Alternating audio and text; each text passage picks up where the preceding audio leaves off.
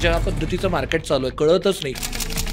एक दिवस एकदम पडत खाली जातं आणि परत आठवड्याभरात 11% वाढ. नक्की सुरुवात कशी करायची? SIP is one of the best tool to start entering into a stock market. SIP म्हणजे तुम्ही हप्त्यावर शेअर मार्केट विकत घेत असता. It is RD in share बाजार. Large cap, small cap, mid cap, flexi cap, segment specific असतात. ह्यातलं कसं सिलेक्शन करायचं? मला जर कोणी विचारलं की तुला स्वतःला SIP करायची आहे तर तू कुठे करशील, तर मी सत्यम इंडेक्सचाच भाग होता. DHFL एकेकाळी इंडेक्सचा भाग होता. काय झालं? आयडिया इंडेक्सचा भाग होता. त्यामुळे इंडेक्स फंड मधले फंड हे काही प्रॉब्लेम निर्माण करत नाहीत असं नाही. इंडेक्स फंड हा निगेटिव्ह रिटर्न देत नाही असं नाही. जेव्हा मार्केटमध्ये SIP बद्दल निगेटिव्ह सेंटिमेंट्स बोलले जातात तेव्हा आपण काय केलं पाहिजे? पूर्ण सत्य हेच आहे की SIP रिस्क डायल्यूट करते, डेफिनेटली करते, पण प्रॉफिट पण डायल्यूट करते. शेअर मार्केटमध्ये पैसे टाकायचेच का मुळात? SIP typically a bear market product आहे. SIP म्हटलं तर लोकांना वाटतं की फक्त म्युच्युअल फंडचा SIP असतो. तर एखाद्या स्टॉकचा SIP करता येऊ शकतो, सोन्याचाही SIP. म्हणजे आपण सोन्याची बिशी असते ती काय आहे? तो SIPच आहे. तुमचं वय काय आहे, तुमचा रिस्क ॲपेटाईट काय आहे, किंवा तुमचं गोल काय आहे, काय फिल्टर लावले पाहिजेत, काय क्रायटेरिया लावले पाहिजेत त्याला? SIP करायची आणि ती डेट फंडात करायची याला काहीच अर्थ माझ्या दृष्टीने नाही. का? तुम्ही 5,000 रुपये मंथली चालू करा आणि 25 वर्षात अगदी साधं 12% जरी रिटर्न्स मिळाले तरी साधारण 85 लाख रुपये मिळणार. सामान्य मध्यमवर्गीय माणसाला हे कुठंतरी खूप सुंदर चित्र दिसतं. यातलं खरं काय आहे? तर तुम्हाला 25 वर्षांनी इतके पैसे मिळतील हे सांगत असताना तुम्ही खरंच 25 वर्षात इन्व्हेस्टमेंट कॅरी करणार आहात का? SIPचा ते चुलत भाऊ आहे, तो म्हणजे युलिप प्लॅन. त्या इन्शुरन्स आणि SIP एकत्र, तर हे कॉम्बिनेशन घ्यावं नाही घ्यावं? टर्म इन्शुरन्स जरूर घ्यावा, पण युलिप हा महागडा.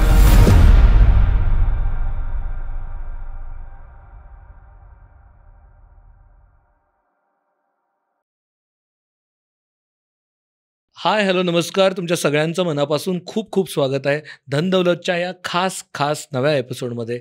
आणि माझं सगळ्यांना मनापासून खूप धन्यवाद आहेत माझे, कारण तुम्ही ज्या पद्धतीने धन दौलतला रिस्पॉन्ड करताय, अमुक रिस्पॉन्ड करताय, आम्हाला खरंच छान वाटतंय. पण एक छोटीशी रिक्वेस्ट आहे. मी बघतोय की साधारण 70% लोक अजूनही सबस्क्राईब नाहीत करत आहेत. तुम्ही जेवढे आम्हाला सबस्क्राईब कराल, जेवढे लोक आम्हाला सबस्क्राईब करतील, तेवढे आम्ही जास्तीत जास्त लोकांपर्यंत पोहोचू शकू. त्याच पद्धतीने आम्ही जास्तीत जास्त मोठ्या गेस्टना आम्ही बोलवू शकू आणि आपल्या सगळ्या कॉम्प्लेक्स ज्या कॉन्सेप्ट्स आहेत त्या साध्या पद्धतीने तुमच्यापर्यंत पोहोचू शकू, एक्सप्लेन करून घेता येतील त्यांच्याकडनं. तर प्लीज सबस्क्राईब करा. आणि आत्ता आपण बघतोय आजूबाजूला मार्केटमध्ये, शेअर मार्केटमध्ये खूप व्हॉलॅटिलिटी आहे की ट्रम्प साहेब काहीतरी करतात, त्याच्यानंतर सगळं मार्केट खालीवर होतं. इकडून चायनाचे प्रीमियर काहीतरी करतात आणि सगळं खालीवर होतं. असं कळत नाही आहे की सर्वसामान्य इन्व्हेस्टरला किंवा जे माझ्यासारखे नवखे आहेत त्यांना कळत नाही की काय पद्धतीने इन्व्हेस्ट करायचं का नाही करायचं आत्ता, का बाहेर काढायचं सगळे पैसे. सोनं आता वाढत चाललं तर सोन्यात टाकायचं का? नक्की काय केलं पाहिजे? SIP करायचा नाही थांबवायचा. काही जण म्हणतात SIP थांबवा, काही जण म्हणतात SIP करा. नक्की काय केलं पाहिजे? या सगळ्या विषयांवरती अत्यंत साध्या सोप्या भाषेत आपण समजून घेण्याचा प्रयत्न करणार आहोत. आणि आज आपल्यासोबत खास गेस्ट आहेत. सर, तुमचं खूप खूप स्वागत आहे. आपल्यासोबत आहेत प्रसाद भागवत सर आहेत आपल्यासोबत. ते गेले 25 वर्ष झालं इन्व्हेस्टमेंट ॲडवायझर आहेत, या क्षेत्रात आहेत. आणि त्यांना खरं तर स्वतःला इन्व्हेस्टमेंट सायन्सचा स्टुडंट म्हणून घ्यायला आवडतं, पण खरं तर ते खूप मोठे ॲडवायझर आहेत. आणि आज आपण त्यांच्याकडनं माझ्यासारखे सगळे छोटे छोटे प्रश्न जे काही मला पडत आहेत ते प्रश्न मी समजून घेण्याचा प्रयत्न करणार आहे. I will try my best. Sir, सगळ्यात पहिल्यांदा मला प्रश्न हाच आहे की शेअर मार्केटमध्ये पैसे टाकायचेच का मुळात? जर एवढं ते खालीवर जात आहे, रोज काहीतरी मथळ्यावरती येतं न्यूजपेपरला की आज वर गेलं, खाली गेलं, आणि दिसतात आकडे एवढे मोठे मोठे. आपल्याकडे काय ब्लूमबर्ग टर्मिनल नाही, तर मग आम्ही कसं करायचं?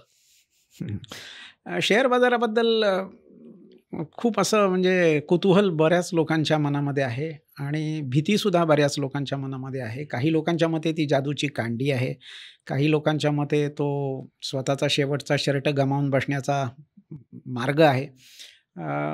एकंदरीत बरेच त्याच्याबद्दल गैरसमज आहेत आणि सामान्यपणे चित्रपट, मालिका यांच्यामधून होणारी चित्रणं आणि सांगोसांगी ऐकलेल्या गप्पा याच्यामुळे गैरसमजच जास्त आहेत. बेसिकली शेअर बाजार हा दीर्घकालीन आणि शिस्तबद्ध लोकांसाठी संपत्ती निर्माणाचा खूप चांगला मार्ग आहे. याच्याबद्दल माझ्या मनात काही शंका नाही. शेअर बाजारातच पैसे का गुंतवावे किंवा शेअर्समध्ये पैसे का गुंतवावे हा अत्यंत सर्वसामान्याला पडलेला मूलभूत असा प्रश्न आहे. त्याचं अगदी सोपं उत्तर देण्याचा मी प्रयत्न केलेला आहे. मध्यंतरी म्हणजे अगदी सुरुवातीच्या काळामध्ये मी आमच्या घरी माझ्या आत्यानी एक तिच्या महिलांची किटी पार्टी आयोजित केली होती आणि तिथे तिने अशी इच्छा व्यक्त केली होती, की "तू या आमच्या सगळ्या मेंबर्सना काहीतरी सांग." तर त्यांना जे उदाहरण दिलं, तेच मी इथे तुम्हाला पुन्हा देतो. तिथे मी त्या सगळ्या माझ्या आत्याच्या ज्या काही कलीग्स जमल्या होत्या, त्यांना असं विचारलं बेसिकली, की समजा पुढची किटी पार्टी तुमच्यापैकी कोणाकडे तरी आहे आणि इडली, चटणी हा मेनू करायचा हेही फिक्स झालेला आहे.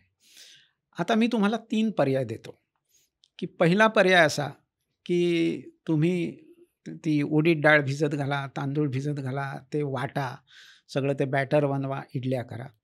दुसरा पर्याय असा, की हे बॅटर वगैरे करायला काही जमण्यातला विषय नाही. सरळ बाजारात जाऊन जे बॅटर मिळतं मॉल्समधनं, ते बॅटर विकत आणा आणि इडल्या करा.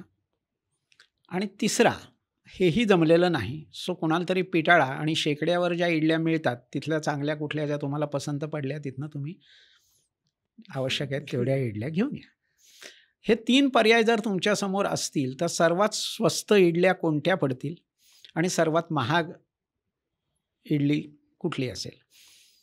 या प्रश्नावर युनॅनिमसली आणि तात्काळ उत्तर मिळालं, की जे आपण घरी करतो ते स्वस्त असतं. ह्याच्यात हे काय प्रश्न आहे का? तर मी त्यांना म्हटलं, की "हो, हे तुम्हाला माहिती आहे, हे मला माहिती आहेच. आता म्हणूनच मी तुम्हाला पुढे सांगतो, की आत्ता इडलीचा विषय आपण जो आहे, तो आपण पुढे वाढवला आणि जर मी तुम्हाला असं विचारलं, की मग जर सिमेंट तुम्ही घरी बनवलंत, जर इलेक्ट्रिसिटी तुम्ही घरी बनवलीत, कार तुम्ही घरी बनवल्यात किंवा अशा गोष्टी जर तुम्ही घरी बनवल्यात, तर त्या तुम्हाला स्वस्त पडतील की नाही, तुमचे पैसे वाचतील की नाही?" तर त्या गोंधळून गेल्या. त्या म्हणाल्या, "म्हणजे काय?" तर मी त्यांना म्हटलं, की शेअर बाजारामध्ये पैसे गुंतवणं ह्याचा अर्थ हाच आहे, की ह्या सगळ्या वस्तू उत्पादन करणाऱ्या ज्या मोठमोठ्या कंपन्या आहेत, ह्यांच्यामध्ये कुठेतरी छोटासा एक मालकी हक्क विकत घेणं. टेल्कोमधली एखाद्या विटेचा एखादा कण किंवा इन्फोसिसमधल्या एखाद्या कॉम्प्युटरचा एखादा छोटासा पार्ट का होईना, पण स्वतःच्या मालकीचा करणं, असं आहे. आणि जर तुम्ही मालक म्हणून ह्या वस्तूंवर, उत्पादनांवर थोडी तरी अप्रत्यक्ष घरी करायचं ठरवलं, तर तुमचा फायदा होईल किंवा नाही. तर बेसिकली इक्विटी मार्केट्समध्ये इन्व्हेस्ट करण्याची ही कन्सेप्ट आहे, की जे ह्या सेवा सुविधा समाजामध्ये निर्माण करणारा घटक आहे, त्यांच्याशी हातमिळवणी करणं. आणि ते जोपर्यंत तुम्ही करत नाही, तोपर्यंत तुम्ही इन्फ्लेशन किंवा महागाई ज्याला आपण म्हणतो, तिचं दुष्टचक्र तोडूच शकत नाही. तुम्ही काय करता, की तुमचा रिटायरमेंटचे समजा ₹10,00,000 आले, ₹25,00,000 आले, ₹40,00,000 आले, तर तुम्ही बँकेत जाता, बँकेत एफ-डी करता. बँकेत एफ-डी केल्यानंतर तुम्ही ज्या क्षणी पाठ वळवून घरी येता, त्या क्षणी ते पैसे बँक वापरायला सुरुवात करते. बँक अशा कुठल्यातरी उद्योजकाला ते पैसे देते, ज्यातनं तो ह्या सेवा सुविधा आणि बाकी सगळ्या गोष्टी निर्माण करतो आणि त्या बदल्यात तो उद्योजक बँकेला व्याज देतो. बरोबर. बँक त्यातनं स्वतःचा फायदा, स्वतःचा झालेले खर्च काढून उरलेलं व्याज तुम्हाला देते.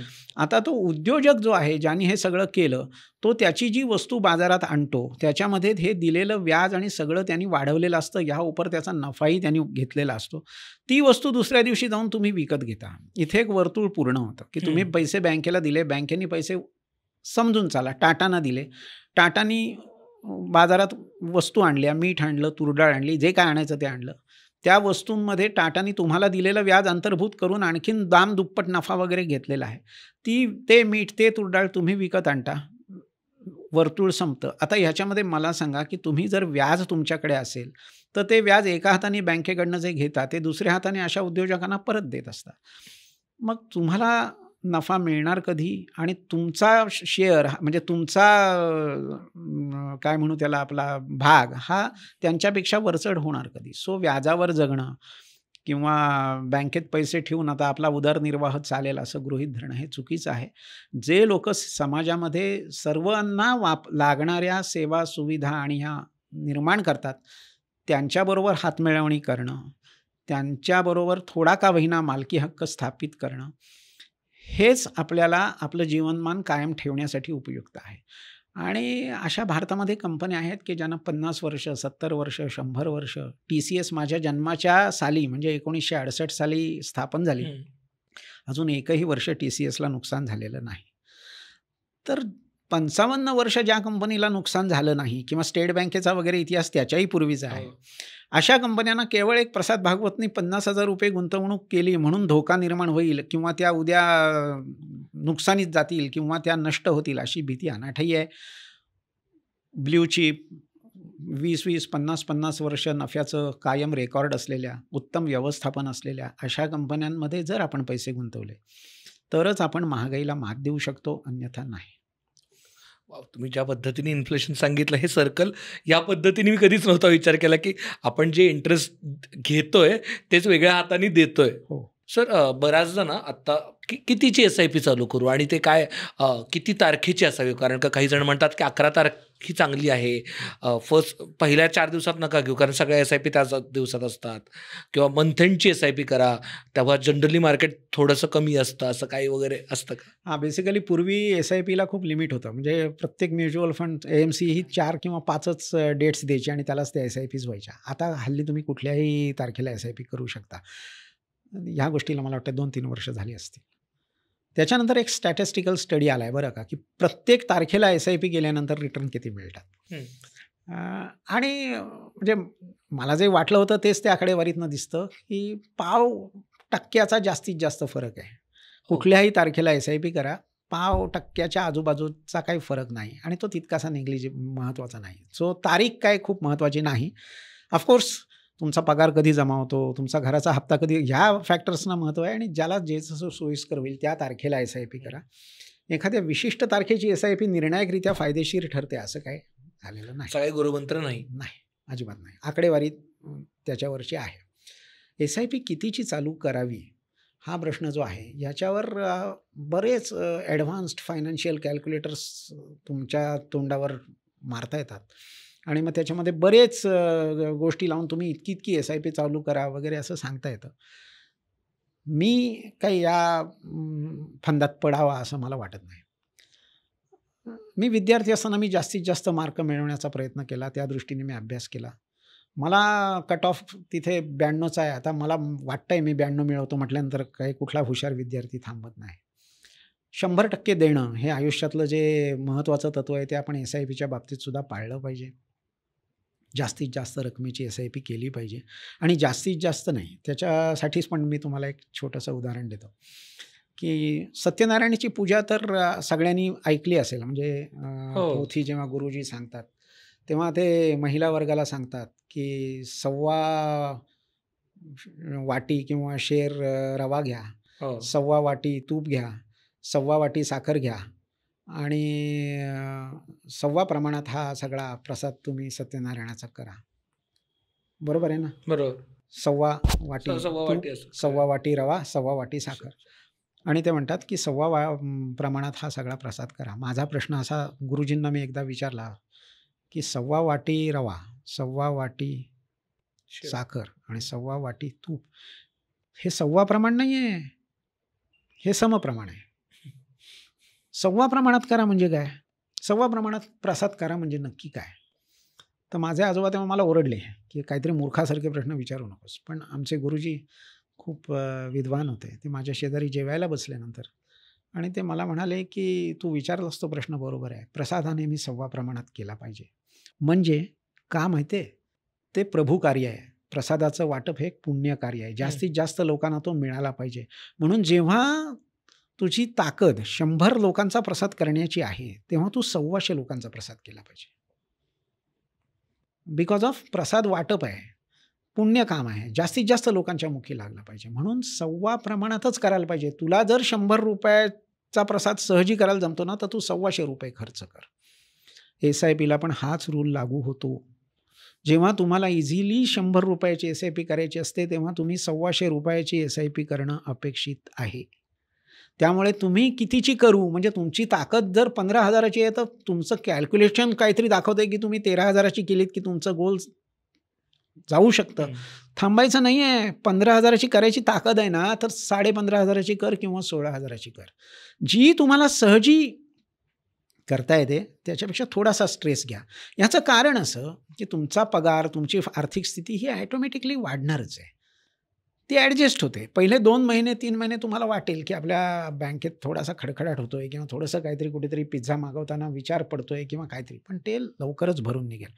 टॉपअप एस-आय-पी ही सुद्धा खूप चांगली कन्सेप्ट आहे. आपण त्याच्यावर बोललो नाही. हो. दरमहा नव्हे, दरवर्षी जसं तुमचा पगार वाढतो आणि जसं तुमची महागाई वाढते, त्या तुलनेत तुमची एस-आय-पीची रक्कम ही ऑटोमॅटिकली वाढली पाहिजे. हं. तर त्यामुळे टॉपअप एस-आय-पी करणं हे सुद्धा क्रमप्राप्त आहे. ती मग 10% की 8% तुम्ही जर भाडे करारामध्ये 10% वाढवण्याचा क्लॉज लिहिता न विसरता, तर मग एस-आय-पी 10% वाढवायला काय प्रॉब्लेम आहे? बरोबर.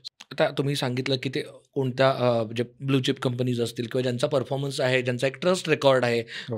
गेले कित्येक दशकांचा, त्याच्यात गेलं तर आपल्याला दिसतं की आपण इन्फ्लेशन बीट करू शकतो. पण सामान्य माणसाला, ज्याला जे एखादी गृहिणी असेल किंवा एखादी नवीन यंग वर्किंग प्रोफेशनल असेल, जो मे बी कॉमर्स बॅकग्राऊंडचा नाही आहे, जो मे बी इंजिनिअरिंगचा आहे, जो मे बी आय-टीतला आहे किंवा जो मे बी लॉ बॅकग्राऊंडचा, त्याला सुरुवात करताना त्यांनी काय पद्धतीने करावं?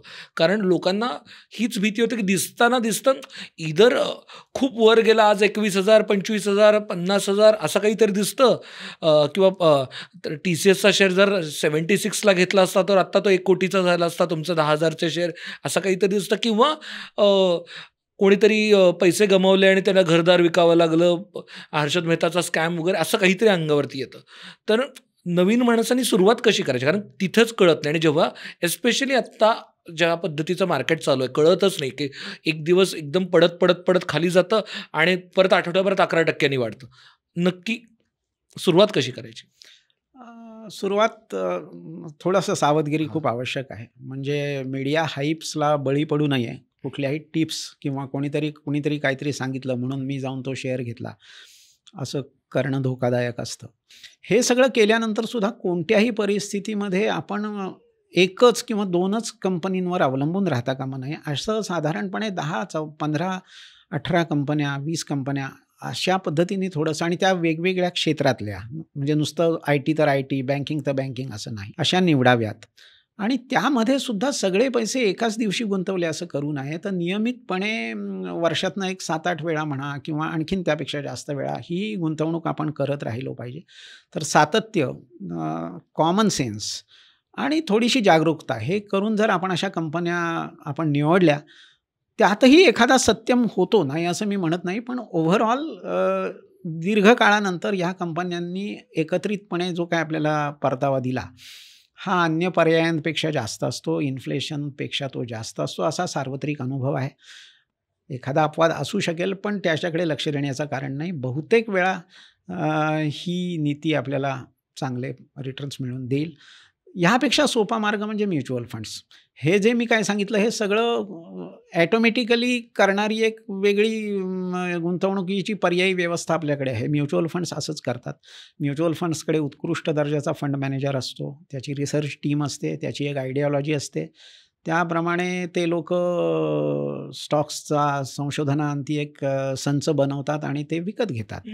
आणि ते त्यांचा हा 24 तास धंदा असतो. ते आपल्याकडनं काही मॅनेजमेंट फीस घेऊन आपल्याला त्याचे सगळे फायदे आपल्या पदरात टाकतात. तेव्हा ज्यांना हे करणं शक्य नाही किंवा ज्यांना स्वतःवर आपण हे करू शकू असा विश्वास नाही, अशा लोकांनी म्युच्युअल फंड्सचा रस्ता चोखाळावा. आणि मी तिथेही म्हटलं असं की मी जे म्हटलं की एकदाच करून विसरून जाऊ नये, तर त्याच्यासाठी एस-आय-पीज हाही अतिशय चांगला, सोपा आणि अतिशय लोकप्रिय बनत चाललेला मार्ग आहे. आता एस-आय-पीज ₹100 करता येतात. म्हणजे जर एखाद्या माणसाने ठरवलं की मला ₹100 इन्व्हेस्ट करायचे आहेत, तरी तो दरमहा एका ठराविक तारखेला एस-आय-पी करू शकतो. ₹500ची एस-आय-पी करता येते, ₹1000ची एस-आय-पी करता येते आणि पुढे कितीही रुपयाची एस-आय-पी करता येते. सो आता खूप ॲव्हेन्यूज उपलब्ध आहेत. म्युच्युअल फंड्स आणि एस-आय-पी हे नवीन गुंतवणूकदारांसाठी सर्वोत्तम असलेले मार्ग आहेत असं मी सांगेन. हो. सर, मला तुम्ही मगाशी सांगितलं इडलीचं, ते लिटरली इडलीचं पीठ स्वतः घरी तयार करणं म्हणजे स्वतः रिसर्च करून इन्व्हेस्ट करण्यासारखं वाटतं. बाहेरचं पीठ तयार आणलं म्हणजे म्युच्युअल फंड घेण्यासारखं आहे आणि रेडीमेड इडली आणणं म्हणजे SIP सारखं आहे बाबा. तर रिस्क कमी, रिवॉर्ड कमी, Yes, या yes. पद्धतीने. पण सर, आता तुम्ही सुरुवातीपासून एक खूप इंटरेस्टिंग शब्दप्रयोग करत होतात की शिस्तबद्ध.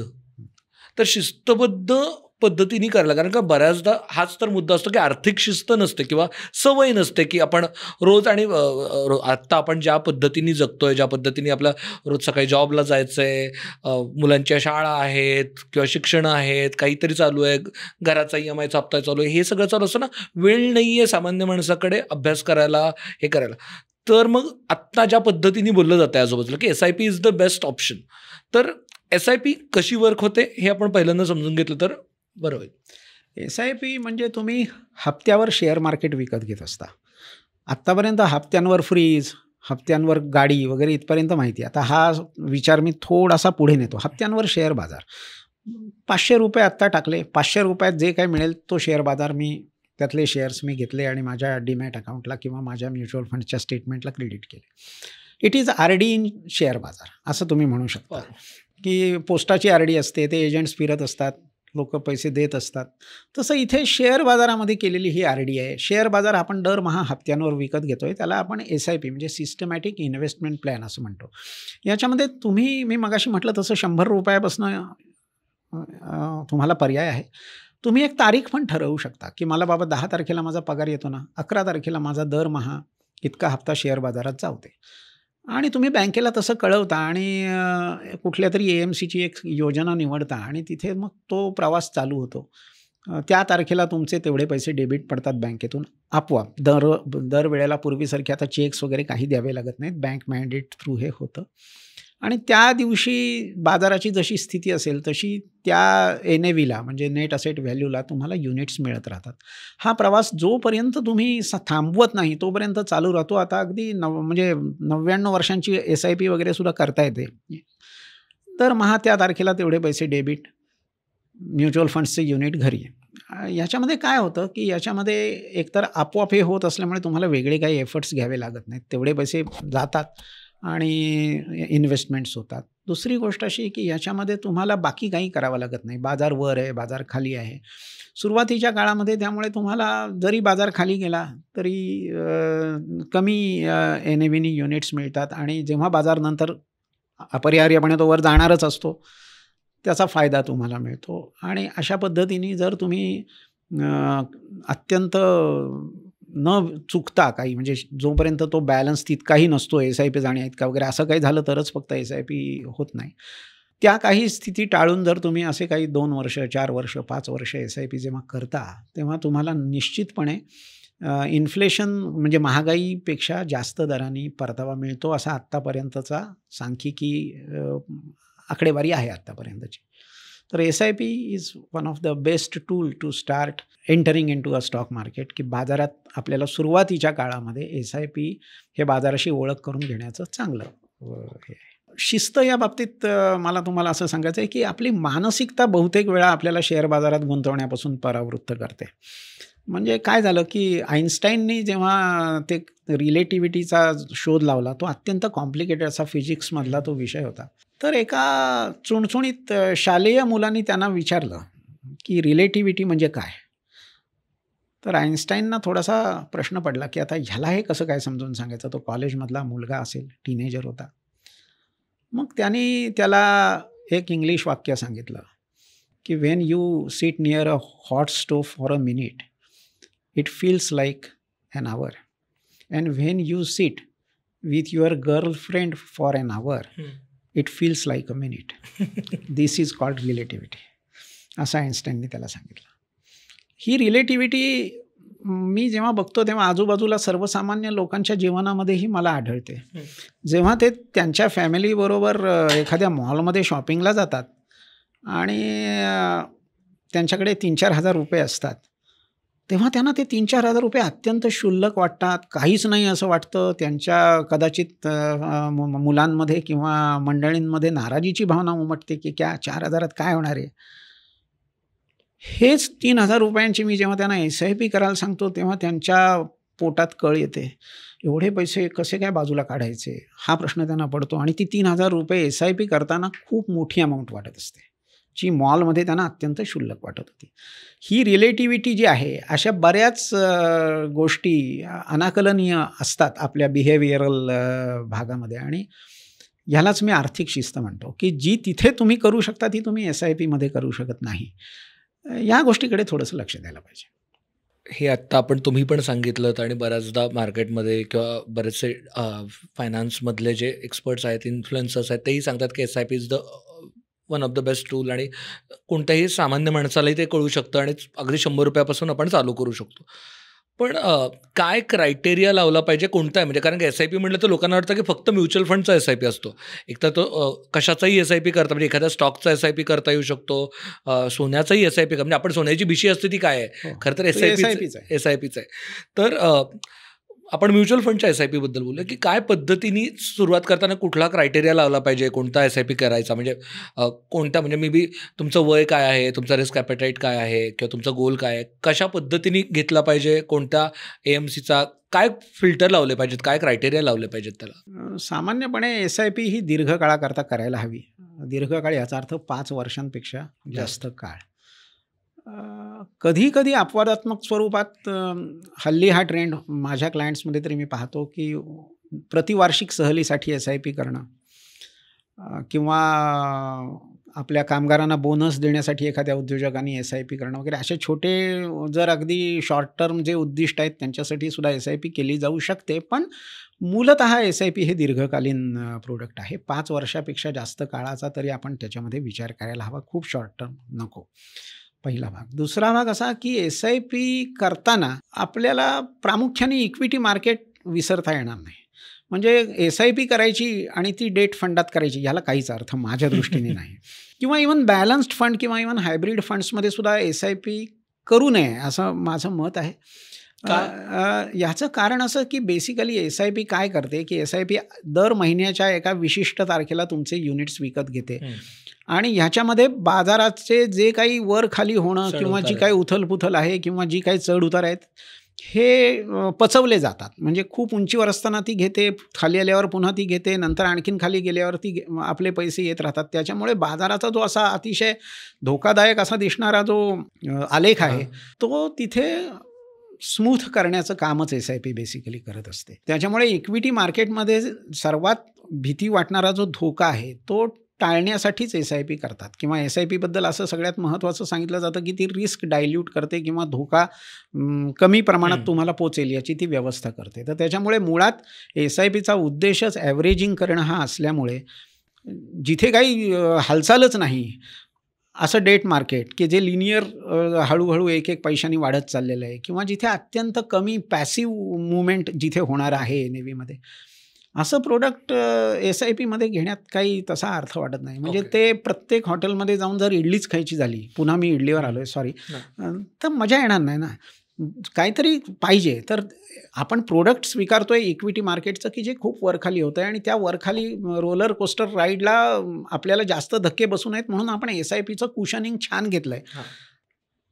हे कॉम्बिनेशन माझ्या मते योग्य आहे. सो SIP करताना पहिली गोष्ट म्हणजे ती दीर्घकालीन करावी आणि माझा आग्रह आहे की ती इक्विटीचीच करावी. बॅलन्स्ड, डेट किंवा अन्य दुसऱ्या अशा म्हणजे मिक्सचर इक्विटीशी झालेल्या प्रोडक्टची करू नये. प्युअर इक्विटी बेस्ड म्युच्युअल फंड्सच असावेत आणि त्यातही मला तुम्ही विचाराल तर थोडेसे aggressive kind of mutual funds असावेत. ओके. म्हणजे का बरं? ह्याचं कारण की मुळात SIP या प्रोडक्ट्सची खासियतच ती आहे की ते धोके कमी करतं, धक्केबुक्के कमी करतं आणि जेव्हा ते कमी करतं आहे तेव्हा आपण आधीपासूनच मवाळ असलेलं प्रोडक्ट जर घेतलं तर त्याची तितकीशी मजा तुम्हाला येणार नाही. म्हणजे हे कसं आहे की मिसळ खाताय तुम्हाला नसेल मिसळ तिखट हवी तर तुम्ही लिंबू घेताच आहात.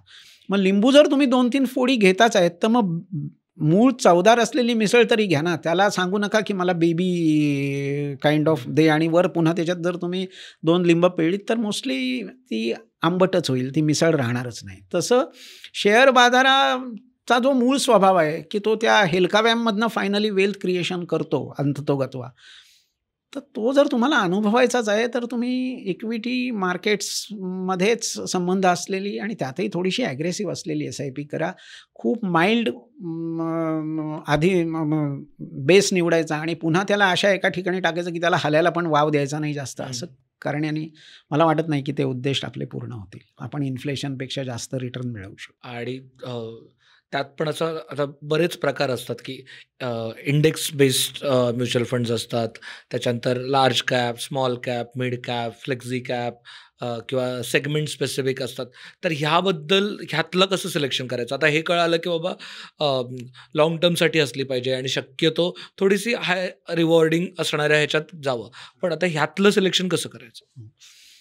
थोडेसे ॲग्रेसिव्ह फंड्स असतात. हं. आत्तापर्यंतचा असा अनुभव आहे, की स्मॉल कॅप फंड्स आणि मिड कॅप फंड्स हे थोडेसे बबली असतात. हं. म्हणजे ते एक व्हॅल्यू इन्व्हेस्टमेंट आणि याची नेहमी गोष्ट सांगितली जाते, की मालक आणि त्याचा कुत्रा. मालक एका संथ चालीने चाललेला असतो. कुत्रा इकडे जातो, तिकडे जातो, कधी मागे जातो, कधी असं. तर जे स्मॉल कॅप आणि मिड कॅप्स असतात ह्यांचं वर्तन थोडंसं थोडंसं द्वाड कुत्र्यासारखं असतं. ते कधी-कधी मागे जातात, कधी-कधी पुढे जातात. पण बहुतेक वेळा जर तुम्ही लाँग टर्म हिशेब केलात, की बाबा आता फ्रँकलिन ची एक प्राइमा किंवा हां. अशी कुठलीतरी स्कीम आहे आणि ब्लू चिप ची हां. स्कीम आहे. या दोन्ही स्कीम्स माझ्या मते 20-22 वर्ष इथे आहेत. 22 वर्षांचा जर रिटर्न तुम्ही चेक केलात, तर स्मॉल कॅप कुठेही कमी नाहीत. त्यांनी म्हणजे लार्ज कॅप इतकाच रिटर्न दिलेला आहे. पण पिरियॉडिकली त्यांचे हेलकावे खूप जास्त असतात. मला असं वाटतं, की माझा स्वतःचा चॉईस आहे. मेनी माइंड्स याबद्दल दुमत होऊ शकतं. पण मला असं वाटतं, की मला जर कोणी विचारलं, की तुला स्वतःला एस-आय-पी करायची आहे, तर तू कुठे करशील? तर मी मिड कॅप आणि स्मॉल कॅप याच्यामध्ये करेन, स्कीम्समध्ये करेन. ऑफकोर्स याला एक डिस्क्लेमर आहे, की काही काळानंतर जो कॉर्पस तिथे साठला जातो, जी पुंजी गंगाजळी स्वरूपात तिथे साठते, मिड कॅप्स हे एस-आय-पीसाठी खूप चांगले आहेत. पण लमसमसाठी त्यांच्यामध्ये नक्कीच धोका आहे. तर जेव्हा 2-5 वर्षानंतर तिथे बऱ्यापैकी मोठी गंगाजळी साठेल, तेव्हा मात्र तिला आपण थोडंसं सावधानतेने दुसरीकडे हलवावं लागू शकतं. लक्ष द्यायला लागू शकतं. पण प्युअर एस-आय-पी या प्रॉडक्टचा जर तुम्ही विचार केलात, तर माझा चॉईस हा स्मॉल कॅप आणि मिड कॅप्समध्ये राहील. कारण का त्याच्यात तुम्ही जरी खालीवर होत असलं, तरी खालीवर होत असल्यामुळं वर पण जास्त हाय मिळणार आहे हां आपल्याला. आणि रिस्क ॲडजस्टेड रिटर्न जे असतात, हं. जे एस-आय-पीचं मूळ काम आहे, त्याच्यामुळे ते घेतली जाते काळजी त्याची. पण पुन्हा एकदा मी सांगतोय, की 2-5 वर्षानंतर तिथे जी साठते मागे फ्लोबॅक झालेली गंगाजळी, तिच्याकडे मात्र लक्ष देणं आणि बाजाराची स्थिती पाहून त्याबाबत निर्णय घेणं हे आवश्यक आहे. सो आत्ता जेव्हा मार्केट आत्ता साइडवेज जातंय म्हणतायत, काही कळत नाहीये म्हणतायत, की उद्या काय वर्ल्ड वॉर 3 होणार आहे का? कोल्ड वॉर चालू होणार आहे का? ट्रेड वॉर चालू आहे आत्ता. ह्या सगळ्या गोष्टी म्हणतायत. तेव्हा एस-आय-पी काय पद्धतीने मदत करतं किंवा काय पद्धतीने तोटा करतं? डेफिनेटली असं जेव्हा अशांतता निर्माण होते तेव्हा बाजार खाली येतो. बाजार खाली येतो तेव्हा एस-आय-पी ज्यांची चालू असते त्यांना कमी दराने युनिट्स मिळतात. सो अशा परिस्थितीत SIP typically bear market product आहे. म्हणजे आत्ता खूप एस-आय-पी नवीन सुरू करायला खूप आदर्श अशी स्थिती आहे. बाजार बऱ्यापैकी म्हणजे थोडा उतरणीवर आहे. हायपासून तो 10-12% खाली आहे. हे गेले 2-4 दिवस सोडा. पण बाकी अदरवाईज तो 10-12% खाली आहे. तर आत्ता एस-आय-पी चालू ठेवणं हे अतिशय चांगलं आहे.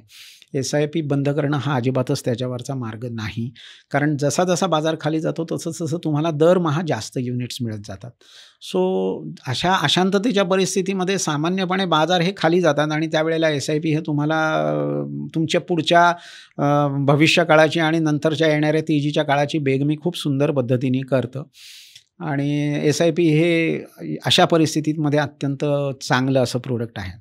दुर्दैवाने लोकं 4-5 महिने एस-आय-पीचे रिटर्न निगेटिव्ह मिळायला लागले, की एस-आय-पीज बंद करतात किंवा पॉज करतात. हे अत्यंत चुकीचं आहे. म्हणजे जेव्हा खरंच आपण एस-आय-पी करायला पाहिजे, तेव्हाच आपण एस-आय-पी पॉज करणं, हे तितकंसं बरोबर नाही. पण ती मानसिकता दिसते, की अरे गेले 4 महिने माझा एस-आय-पीत रिटर्नच मिळाला नाही.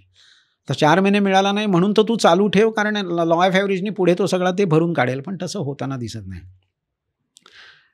एक किस्सा आठवला, सांगू का? हो, प्लीज, प्लीज. हे जे शिवाजी सावंतांची मृत्युंजय नावाची कादंबरी आहे.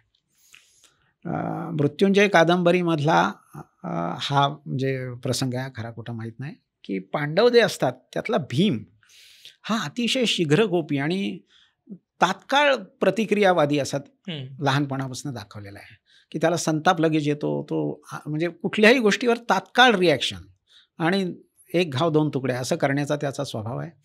ह्या उलट युधिष्ठिर म्हणजे धर्मराज हे अत्यंत संयमी, अत्यंत शांतपणे विचार करून निर्णय घेणारे असं व्यक्तिमत्व आहे. तेव्हा कुंतीला चिंता पडते की हा भीम इतका असा भडक डोक्याचा आहे आणि हा अडचणीत येऊ शकेल. तेव्हा ती त्याला एक दिवशी बोलवते आणि सांगते की जेव्हा तुला असं डोकं तुझं फिरेल ना, तेव्हा तू एकच काम करायचं, समोर धर्माकडे बघायचं आणि धर्माने जर आपल्या पायाचा अंगठा वर उचललेला असेल तरच तू ती कृती करायची, नाहीतर करायचं नाही, 100 आकडे मोजायचे आणि गप्प बसायचं. ओके. आणि धर्माला पण सांगते जबाबदारी तुझ्यावर आहे, लक्षात ठेव ही गोष्ट. धर्म म्हणतो ठीक आहे, भीम पण म्हणतो ठीक आहे, ओके. तेव्हापासून सतत भीमाचा जेव्हा भावनेचा विस्फोट होतो तेव्हा भीम पहिलं काय करतो तर जेव्हा असतील धर्मराज बाजूला तेव्हा त्यांच्या अंगठ्याकडे बघतो. जेव्हा द्रौपदी वस्त्रहरणाचा प्रसंग येतो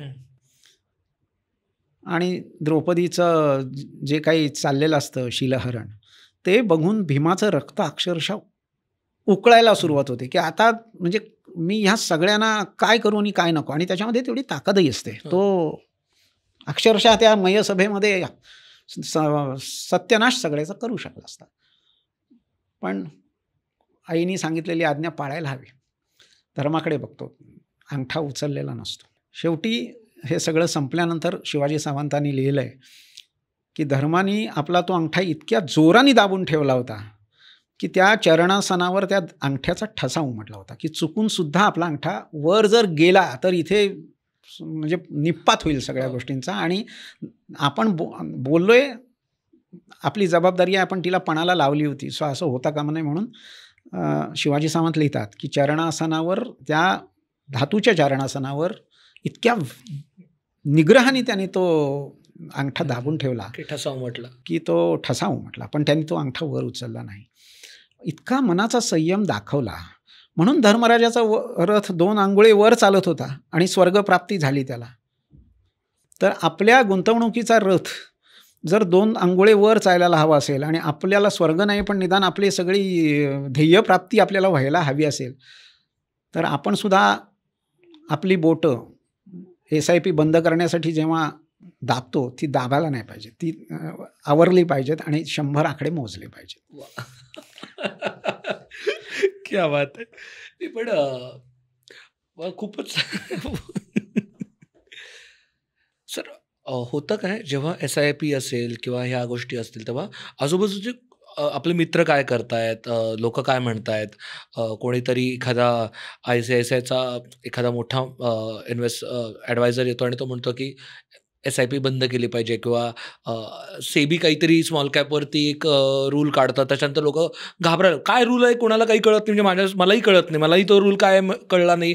ते काय जे काय आलं सेबीनी अनाऊन्समेंट केली, पण कळलं की काहीतरी स्मॉल कॅप आणि सेबीबद्दल काहीतरी बोलते, मग भीती वाटली, मग थांबवायचं का काय, अशा पद्धतीचे विचार येतात.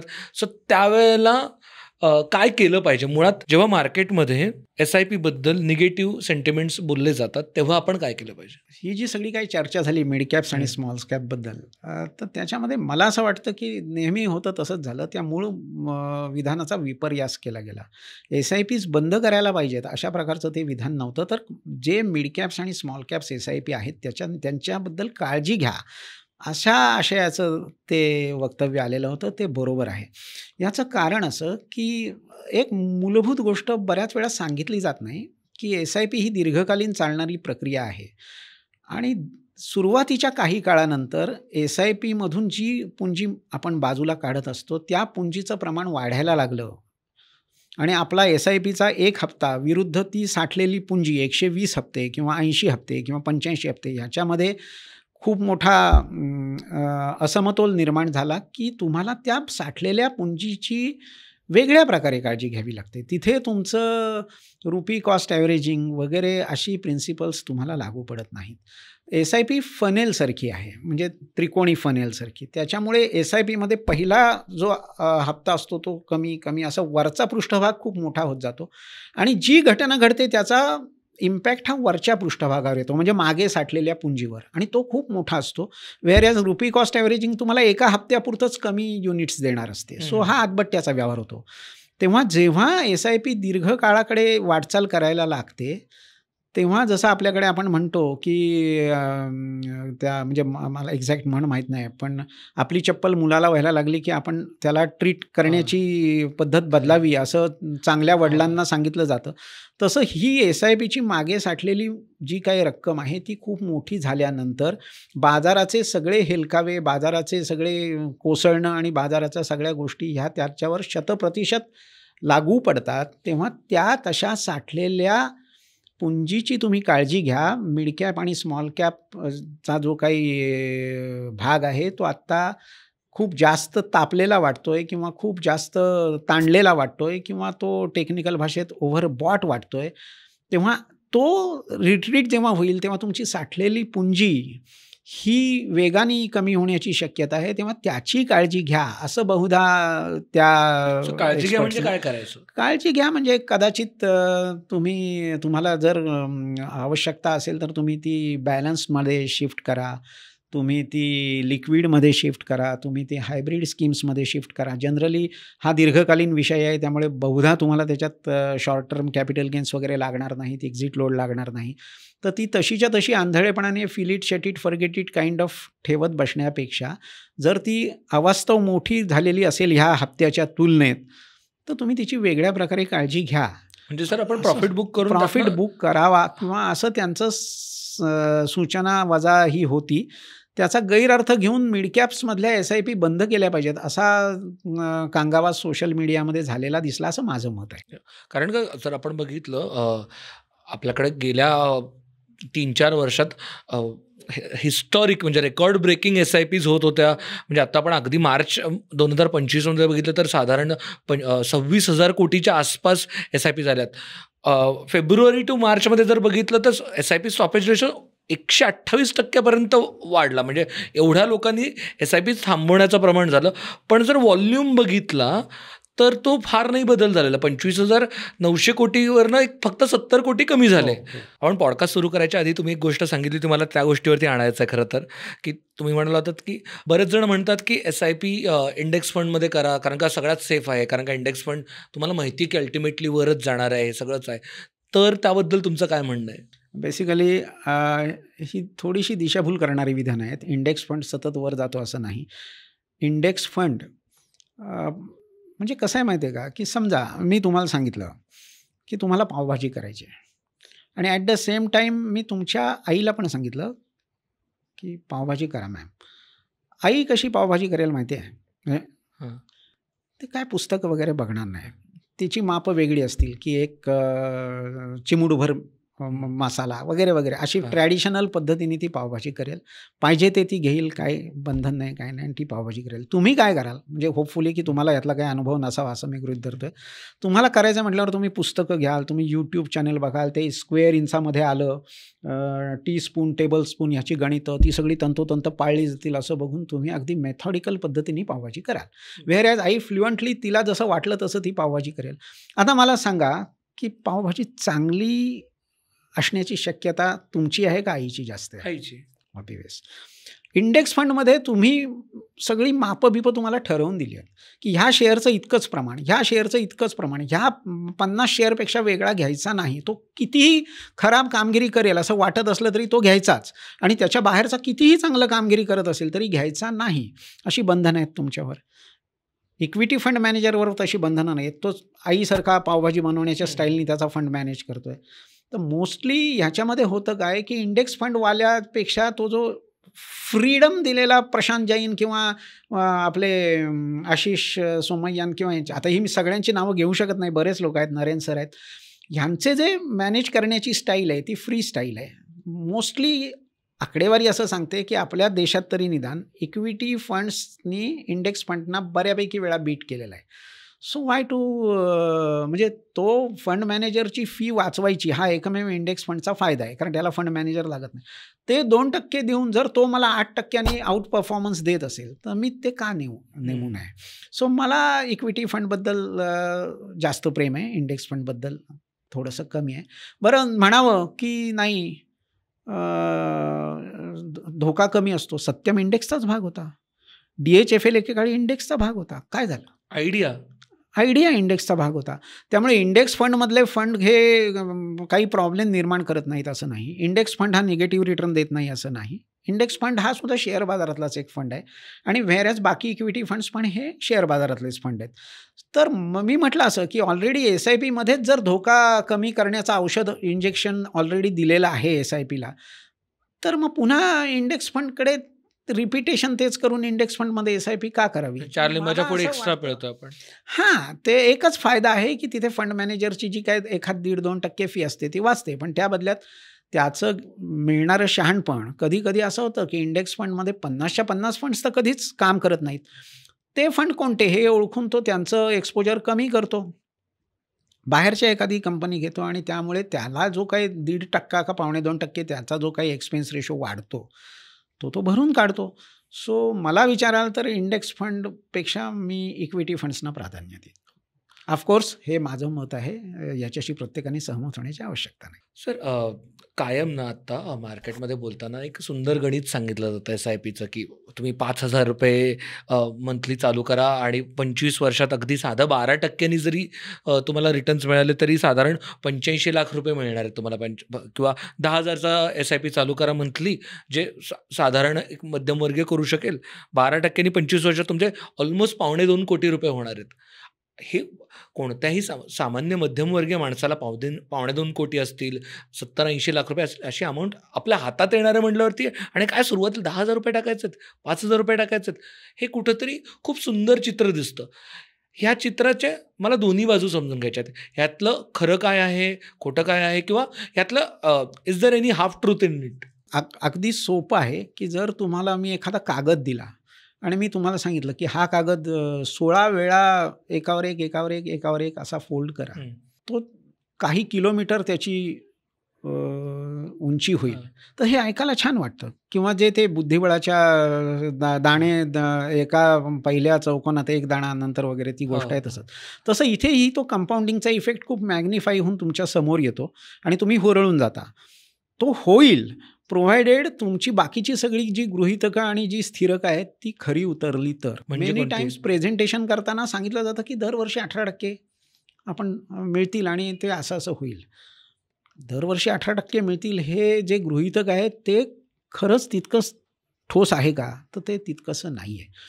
तर जर तुम्ही रिअलिस्टिकली प्रोजेक्शन्स दिलीत की बाबा वर्षी 9% होईल, 10% होईल, तर कदाचित हे आकडे प्रचंड कमी झालेले दिसतील. पण ते लोकांना आवडणार नाहीत. मग ते 9च्या ऐवजी 12 घेणं, मग 12च्या ऐवजी 15 घेतलं तर काय होतं? असं करून तो आकडा मॅग्निफाय करणं सहज शक्य आहे बेसिकली.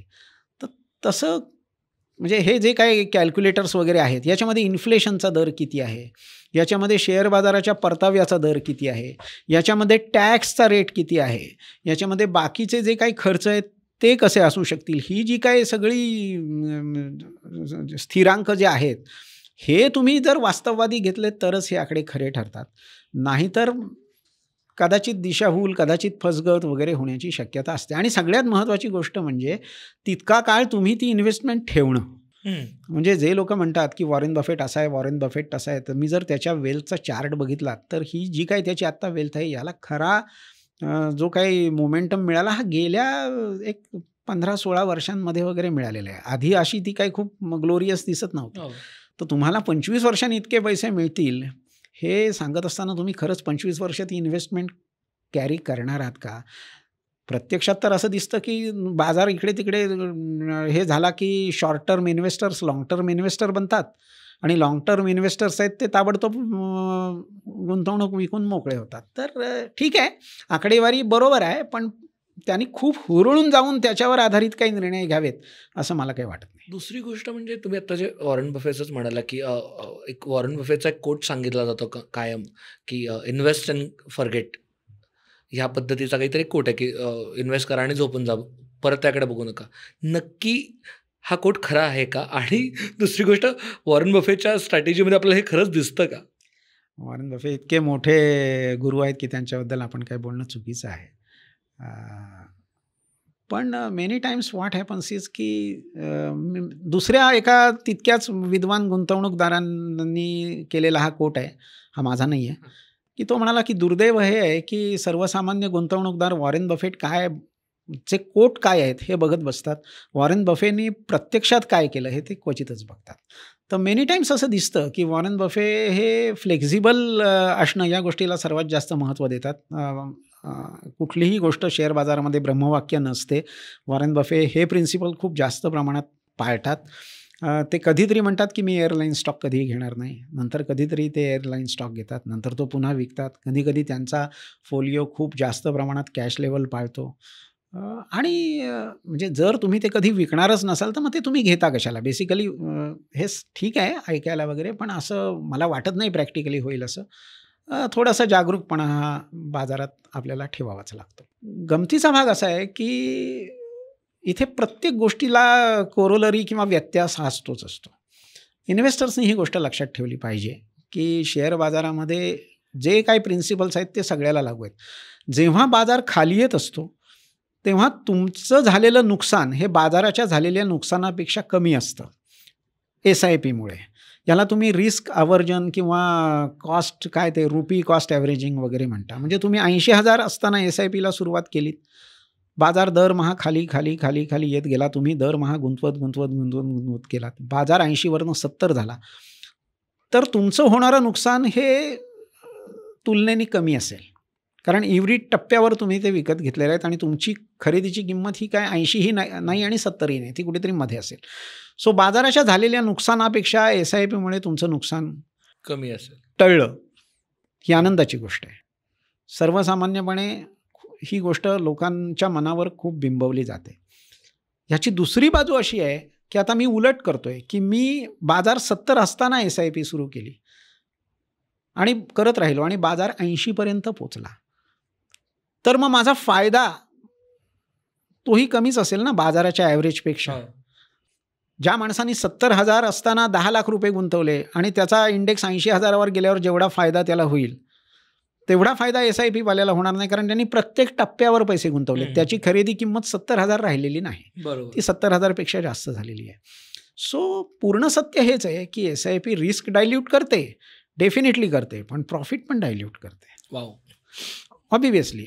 पण प्रॉफिट डायल्यूट झाला याचा नवीन गुंतवणूकदारांनी वाईट वाटून घेण्याचं कारण नाही. याचं कारण त्याचं एम हे महागाईपेक्षा जास्त दरांनी परतावा मिळवणं हे असलं पाहिजे. बाजारातला सर्वात जास्तीत जास्त फायदा मिळवणं हे असतंच कामा नये, कारण तू नवशिका नवखा गुंतवणूकदार आहेस. त्यामुळे प्रसाद भागवतांनी 70,000 इन्व्हेस्ट असताना इंडेक्स असताना 10 लाख रुपये गुंतवले आणि मी मात्र SIP केली म्हणून मी प्रसाद भागवतांपेक्षा मला फायदा कमी झाला. याबद्दल वैषम्य वाटून घेण्याचं कारण नाही. याचं कारण तुझं एम हे महागाईपेक्षा जास्त रिटर्न मिळवणं हे आहे.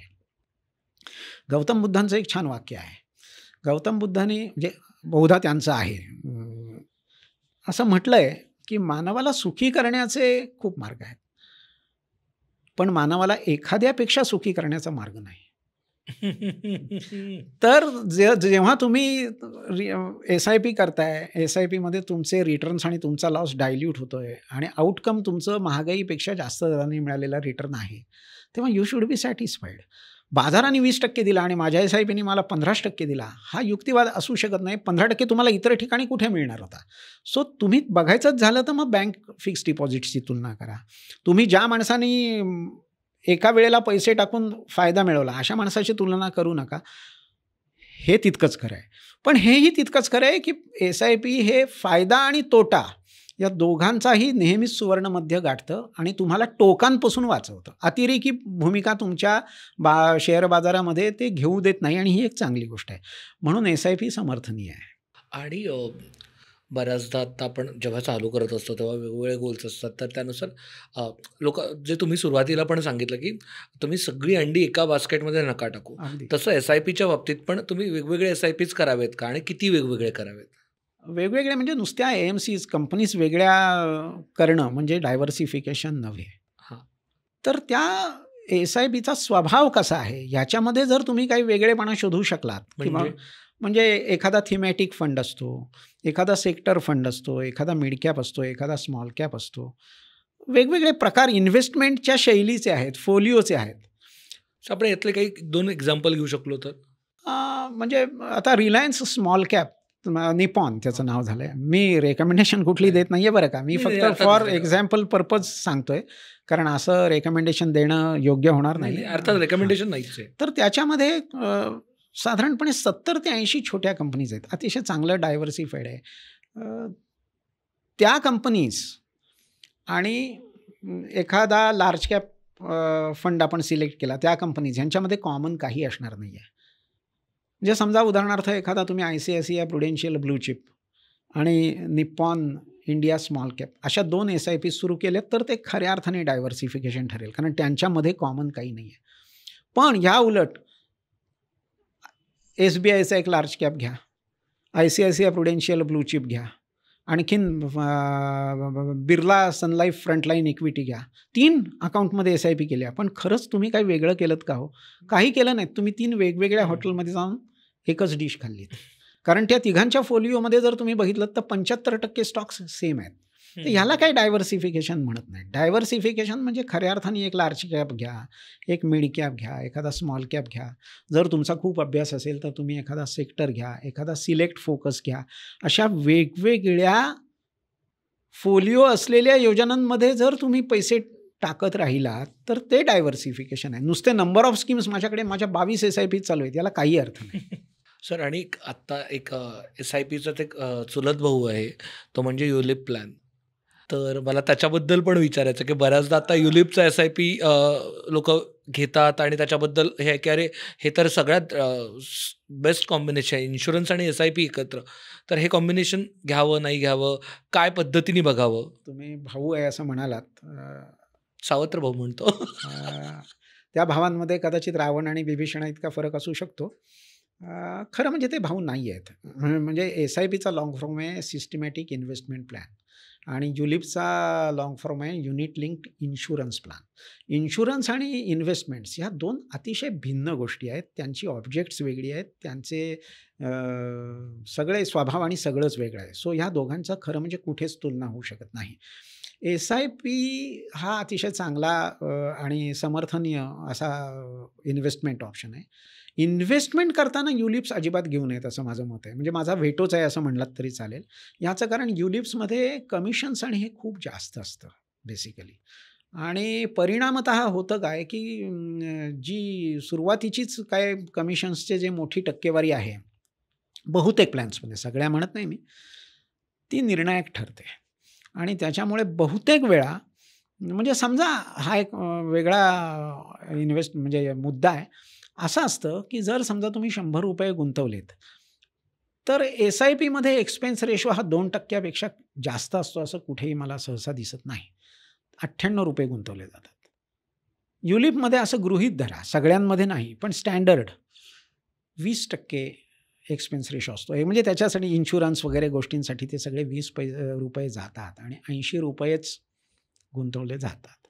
आता गंमत बघा, जेव्हा 20% तुमचे काढून घेतले जातात ते रिकवर करण्यासाठी तुम्हाला 25% मार्केटने वर जावं लागतं. 20% मार्केट वर गेलं तरी तुम्ही मूळ पातळीवर येत नाही, हे लक्षात घ्या. म्हणजे तुम्ही सुरुवातीला 20% घालवले तर ते रिकवर करण्यासाठी तुम्हाला 20 नाही, तुम्हाला 25% वर यावं लागेल. कारण 80पासून 25% वर होईल तेव्हा 100 जातील. वाव.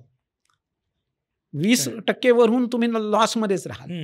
ही जी टायमिंग आहे की अपफ्रंटला तुम्हाला फटका बसणं आणि तुमचे पैसे गुंतवले न जाता काढून घेतलं जाणं, याच्यामुळे बहुतेक वेळा युलिप हे रिटर्न्सच्या बाबतीत SIPच्या तुलनेत कमी पडतं. SIP रिटर्न्स डायल्यूट करतं पण युलिप रिटर्न्स खातं बेसिकली आणि त्याच्यामध्ये बहुतेक वेळा इन्व्हेस्टर्स हॅपी झालेले दिसत नाहीत. दुसरी गोष्ट अशी की युलिपला लॉक इन असतं, SIPला लॉक इन नसतं. पैसे 5 वर्षाकरता ठेवा अशी विनंती असते पण लॉक इन नसतं. आणि तिसरी गोष्ट अशी आहे की टॅक्सेशन, पण त्याच्यामध्ये मी आत्ता जात नाही. तिकडे कॅपिटल गेन्सला $1,25,000 एक्झाम्पशन आहे आत्ताही.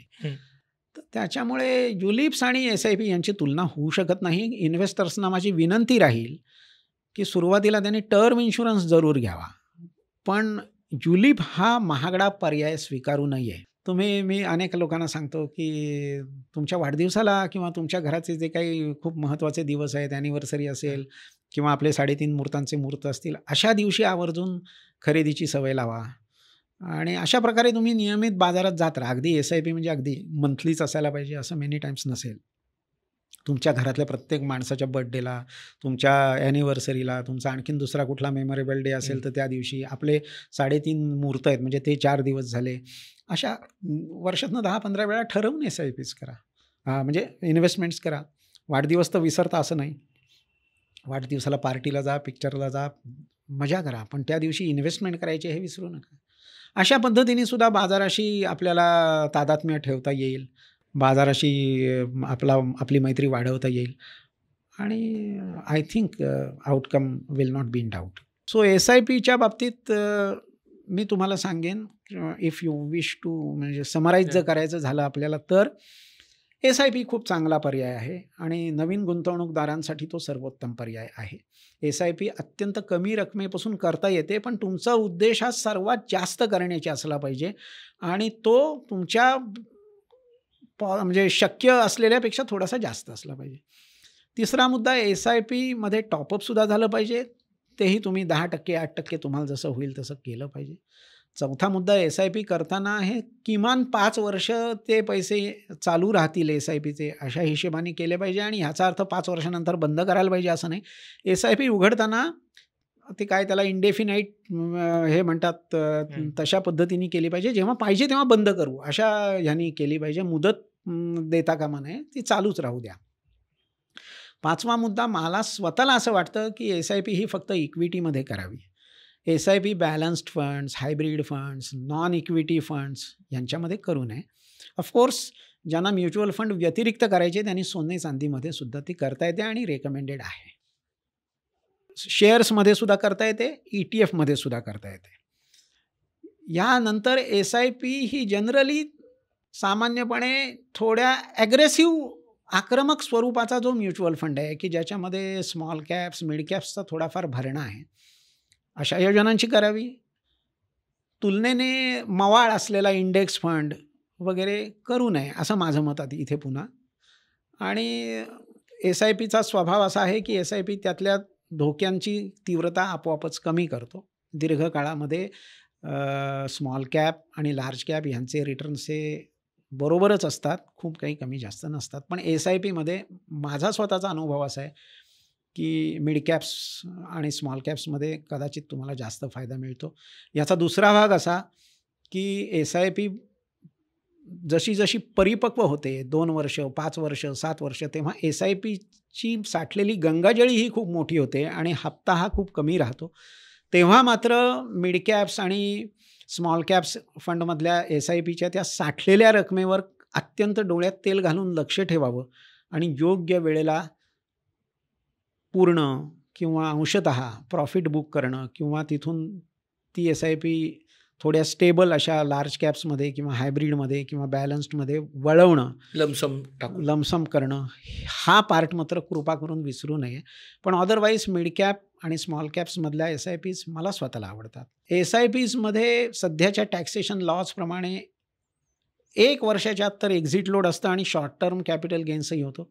त्यामुळे कोणत्याही परिस्थितीत SIP 1 वर्षाच्या पेक्षा कमी कालावधीकरता करू नये किंवा सुरू असलेली SIP रिडीम करताना किंवा म्हणजे पैसे काढून घेताना 10 वेळा विचार करावा. तिथे बहुतेक वेळा नुकसान होण्याची दाट शक्यता असते. ही जर सगळी पथ्य पाळली तर माझ्या मते SIP हा इन्व्हेस्टरला अत्यंत मिळालेला एक वरदान आहे छोट्या इन्व्हेस्टर्ससाठी. आणि दीर्घ कालावधीनंतर आणि शिस्तबद्ध वागण्यानंतर इन्व्हेस्टर्सची बहुतेक वेळा जी आर्थिक उद्दिष्ट आहेत ती पूर्ण झालेली दिसतात. जे कोणीही इन्व्हेस्टर्स हे पॉडकास्ट बघतायत त्या सर्वांना माझ्या शुभेच्छा. आणि ह्यामध्ये काही शंका असतील किंवा काय असतील तर तुम्ही जरूर संपर्क साधा. माझ्या क्षमतेप्रमाणे मी त्याची उत्तरं देईन. Thank you so much sir. आणि थँक्यू सो मच सगळ्यांना पण तुम्ही पूर्ण वेळ SIP ह्या इन्स्ट्रुमेंटला समजून घेण्याचा प्रयत्न केलात. तुम्हाला काही प्रश्न असतील तर नक्की कॉमेंटमध्ये सांगा आणि मॅक्सिमम लोकांपर्यंत हा एपिसोड शेअर करण्याचा प्रयत्न करा. कारण का आपण इथे SIPची फक्त एक पॉझिटिव्ह साईड न जाणून घेता त्याच्यात सगळी एक होलिस्टिक पद्धतीने SIP समजून घेण्याचा प्रयत्न केला आहे. आणि हाच प्रयत्न असणार आहे आपला धनदौलतच्या सिरीजमध्ये की सगळे फायनान्शियल प्रोडक्ट्स किंवा फायनान्शियल गोष्टी आपण इत्थंभूत समजून घेण्याचा प्रयत्न करा. कुठल्या अजून गोष्टींबद्दल आपल्याला चर्चा करायला आवडेल, नक्की आम्हाला कमेंटमध्ये सांगा. धन्यवाद. लोभ असावा.